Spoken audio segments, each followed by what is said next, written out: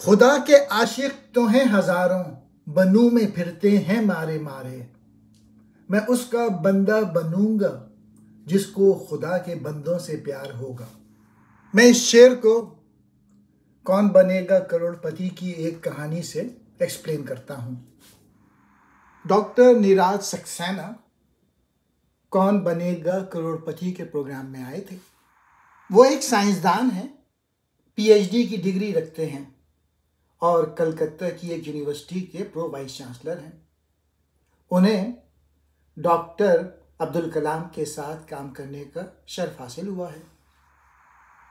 नीरज सक्सेना ने गेम का आगाज किया और 10 सवाल के जवाब देते हुए 3,20,000 रुपए जीत लिए और उनके पास अभी लाइफ लाइन बाकी थी। वक्फे के बाद अमिताभ बच्चन ने अगला सवाल पेश करना शुरू किया। ठीक है डॉक्टर, अब 11वां सवाल आ रहा है। लेकिन तभी नीरज बोले, सर मैं छोड़ना चाहता हूं। अमिताभ बच्चन हैरान रह गए।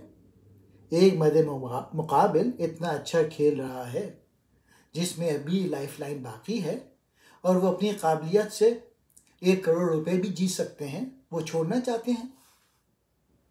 नीरज ने सुकून से जवाब दिया, यहाँ दूसरे मुकाबला करने वाले इंतजार कर रहे हैं और वो मुझसे बहुत छोटे हैं, वो भी एक मौके के मुस्तहिक हैं।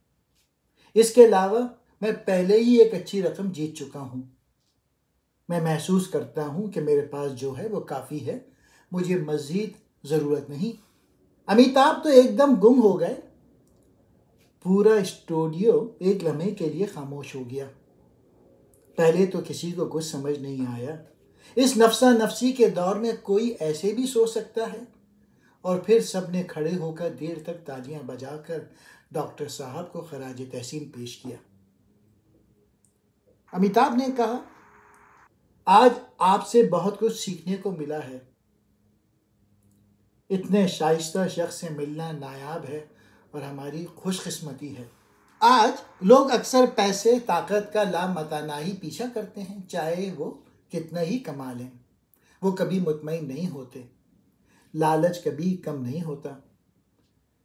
इस ताक़ुब में लोग अपना ख़ानदान, वक्त, नींद, सुकून, मोहब्बत और दोस्तियां खो देते हैं। लेकिन ऐसे वक्तों में डॉक्टर नीरज सक्सेना जैसे लोग हमें कीमती सबक याद दिलाते हैं। इस दौर में किसी ऐसे शख्स से मिलना जो कम पर मुतमईन हो एक नादिर और कीमती नज़ारा है। नीरज सक्सेना के जाने के बाद एक नौजवान लड़की हॉट सीट पे आई। उसने अपनी कहानी शेयर की। मेरे वालिद ने हमें इसलिए निकाल दिया कि हम 3 बेटियां हैं। अब हम एक आश्रम में रहते हैं। मुझे एहसास हुआ कि अगर प्रोफेसर साहब ना छोड़ते तो उस लड़की को खेलने का मौका नहीं मिलता। उसकी कुर्बानी ने उसे कुछ पैसे कमाने का मौका फराहम किया।